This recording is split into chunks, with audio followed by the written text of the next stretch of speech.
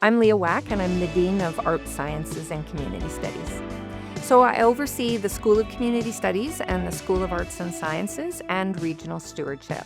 And it's a portfolio of programs really that focus on community services, and community building. In the School of Community Studies, students can really expect to become part of a community.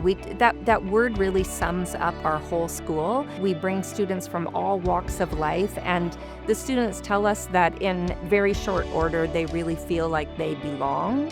And it's a very accepting environment where people can learn and grow and start moving towards a career in community services. It's so important for our students to find employment. That really is what we're all about, is preparing students to be career ready and ready for employment as soon as they graduate. They can really hit the ground running when they graduate and move into the workforce. Our relationship with industry, especially during the work integrated learning portions, is so valuable to us because it helps us keep current. Work integrated learning is so important to our programs because it does provide that opportunity to practice what they have been learning in the classrooms and in their theory, to really understand what it looks like on the ground when they have clients in front of them.